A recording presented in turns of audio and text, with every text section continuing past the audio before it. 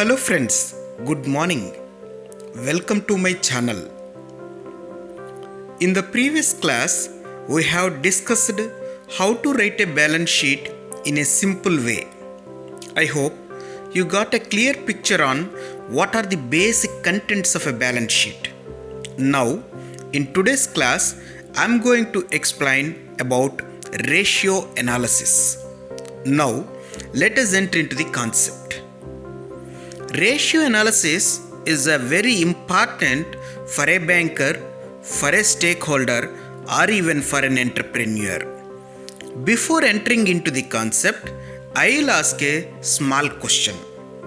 There are two companies, A and B.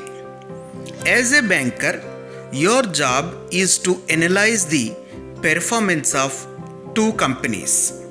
Let us say, for an year 2019-20, sales of company A is, let us assume 50 crores, and sales of company B is also 50 crores. I'm asking you a question, which is the best one? You are in a dilemma state to assess the best among the two. Now I'll change my question. Suppose if the company A's sales for an year 2019-20 is 50 crores and company B's sales is 100 crores, then again you are in dilemma. But with this small information, your tick is for company B. Then again I'll ask another question. Suppose company A has earned a profit of 15 crore out of the sales of 50 crores and company B has earned a profit of 20 crores out of sales of 100 crores. Then which company is the performing one? Obviously it is company A. Why? Because company A's profit percentage is 15 by 50 into 100, which is nothing but 30%. Whereas company B's profit percentage is 20 by 100 into 100, which is only 20%. So, company A's profit percentage is more than company B's profit percentage. Hence, we come to a conclusion that company A is better than company B. What you can understand from this? With a single entity, we cannot analyze the performance of a company or a firm. There must be more than one variable is required to assess the company's performance. This comparison of two variables is called ratio analysis. Ratio analysis is nothing but it is a comparison of more than one variable of a company to analyze the performance of a company. The ratio analysis provides you to assess the performance of a company, strength and weaknesses of a company, and behavior of promoters of a company. There are lot of ratios are there for analyzing the company. However, all the ratios are grouped and categorized into four groups. These are liquidity ratios, leverage ratios, profitability ratios, and finally activity ratios. Now in today's class, we will discuss liquidity ratios. Liquidity ratio. Liquidity ratio assesses whether the company is in a position to meet the short-term obligations of the firm or not. So as to assess this, there are three types of ratios under liquidity ratio. One is current ratio, second one quick ratio, And the third one, absolute liquidity ratio. Now we will move on to current ratio. One of the most important weapons to assess the liquidity of a firm is current ratio. Current ratio provides a comparison between the current assets and current liabilities. We are all very well versed with what is current asset and what is current liability. That means what are the current assets are there in the firm to meet its current liabilities. That means whether current assets are in a position to meet its current liabilities or not. That can be assessed with the help of current ratio. Current ratio is equal to current assets by current liabilities. This can be better understood with an example. Let us take an example of company A, whose balance sheet consisting of current assets are of 50 and current liabilities are of 40.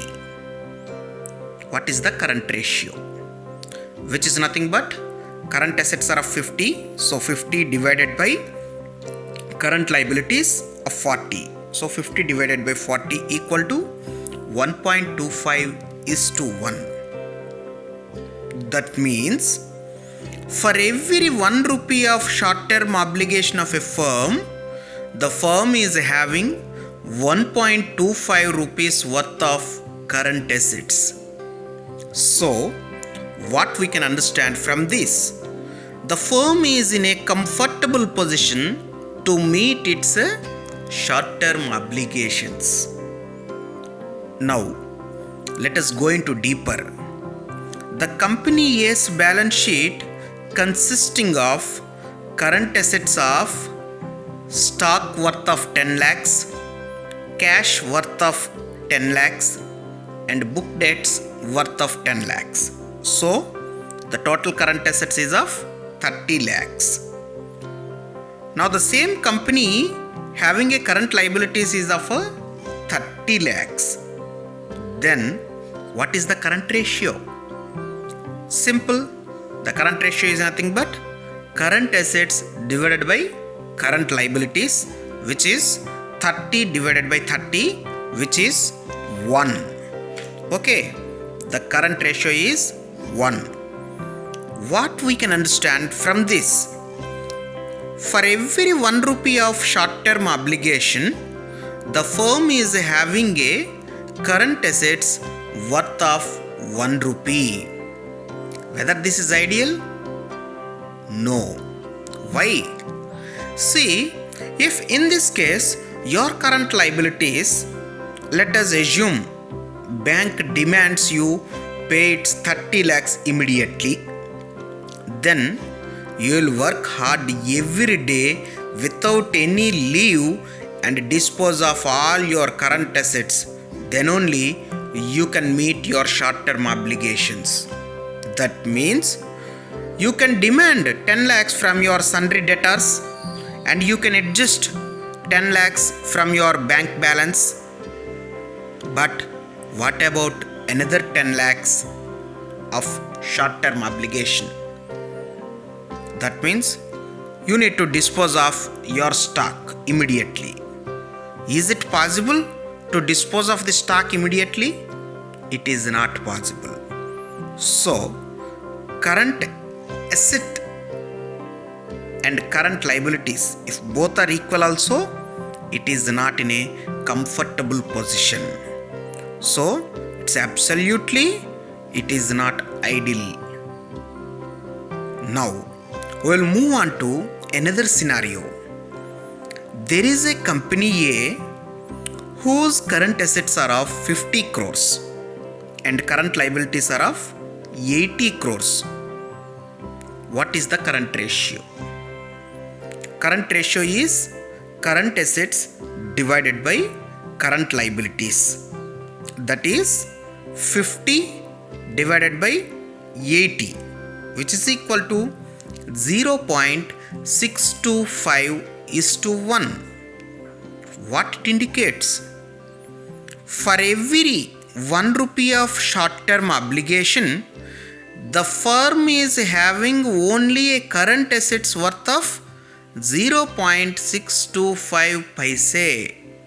That means the current assets are running with a deficit of around 38 paise. What it indicates? The company is unable to pay its short-term obligations with its current assets. What was happened to this company?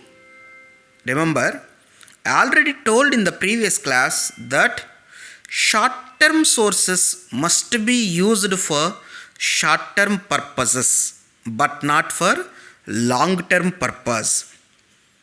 Here what happened? The short-term sources of 80 lakhs is not reflected in acquisition of current assets. Okay. That means it reports only 50 lakhs in current assets. And what about remaining 30 lakhs? That may be diverted. This should not be happened in the company. Then, what is the ideal current ratio? Ideally, industry level, it is 2:1. That means, for every 1 rupee of short-term obligations, the firm must having 2 rupees worth of current assets. However, banks are generally considering 1.33:1. Why current ratio of 1.33:1? Suppose if a company may have 100 rupees worth of current assets, then if the company may raise short-term obligations such as bank loan or funds from family of rupees 75, let us assume, then the remaining shortage of 25 rupees for acquisition of current assets is from his either or his own resources or from long-term funds. So 100 is the current asset. So 100 divided by 75 gives you 1.33:1. That means for every 100 rupees of current assets, 75 rupees is in the form of bank loan and 25 rupees is in the form of customer contribution, which is called as margin. This is the beauty of the current ratio. From this, we conclude that 1. Current ratio cannot be less than 1. 2. If current ratio is equal to 1, means company is not in a comfortable position with related to liquidity. 3. The ideal current ratio is 2:1, but generally banks are considering 1.33:1. Suppose there is an interesting concept. What happens when current ratio is of 3 or 4 or 5? What it indicates? The higher the current ratio is also not good for the company because it is in very high liquid state and it can't utilize the short-term funds very well. And maybe there is a doubt on the operations of the firm.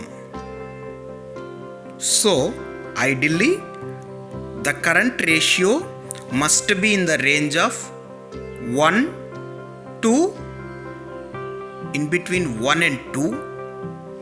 That is the prominent one.